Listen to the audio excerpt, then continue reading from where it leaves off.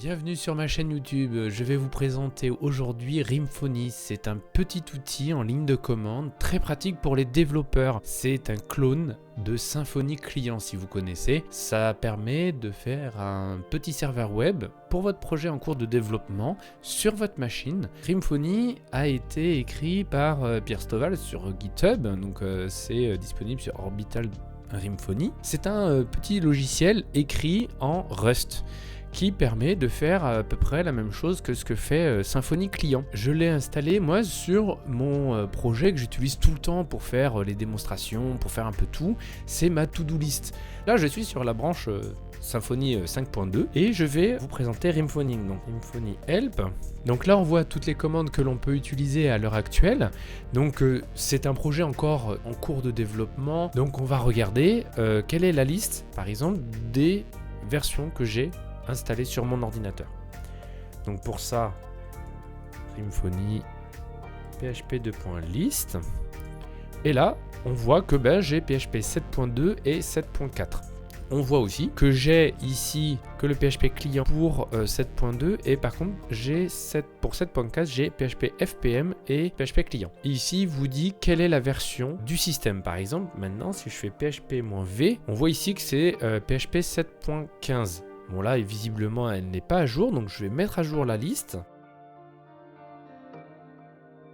Hop, refresh, et voilà. Donc là, c'est bon, ma liste est bien à jour. Que la version soit pas à jour, c'est pas trop gênant. Ce qui est plus gênant, c'est si jamais vous avez le binaire de PHP qui a changé d'emplacement. Là, c'est un peu plus gênant, il faut bien faire refresh, mais de toute manière, il vous le dira que ça va pas. Je vais tourner donc ici. On a ce qui permet d'installer les certificats, parce que Rhymphony vous propose, comme Symfony Client, de mettre en place un serveur. Donc là on va commencer à démarrer, en fait on va démarrer Rhymphony pour servir notre application.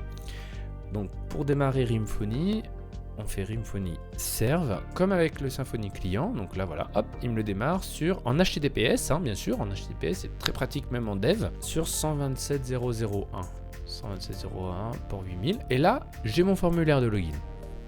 Donc je me connecte.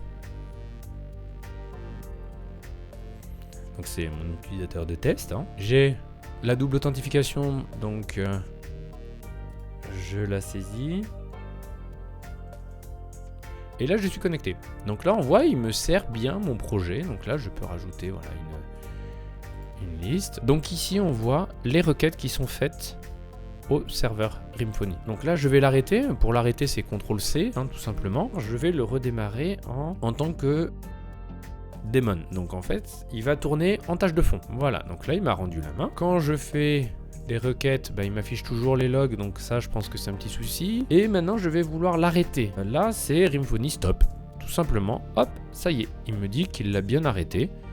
Et là, si j'essaye, il va me dire connexion échouée. Donc il s'est bien arrêté. Donc voilà, c'était une présentation très succincte de Rhymphony, donc des quelques fonctionnalités qu'il propose. Je vous propose de l'utiliser. Dites-moi si vous connaissez l'outil, si vous l'avez déjà utilisé. La présentation de Rhymphony est maintenant terminée. Si la vidéo vous a plu, mettez un petit pouce bleu. Abonnez-vous à la chaîne, activez les notifications pour ne pas rater les prochaines vidéos. À bientôt!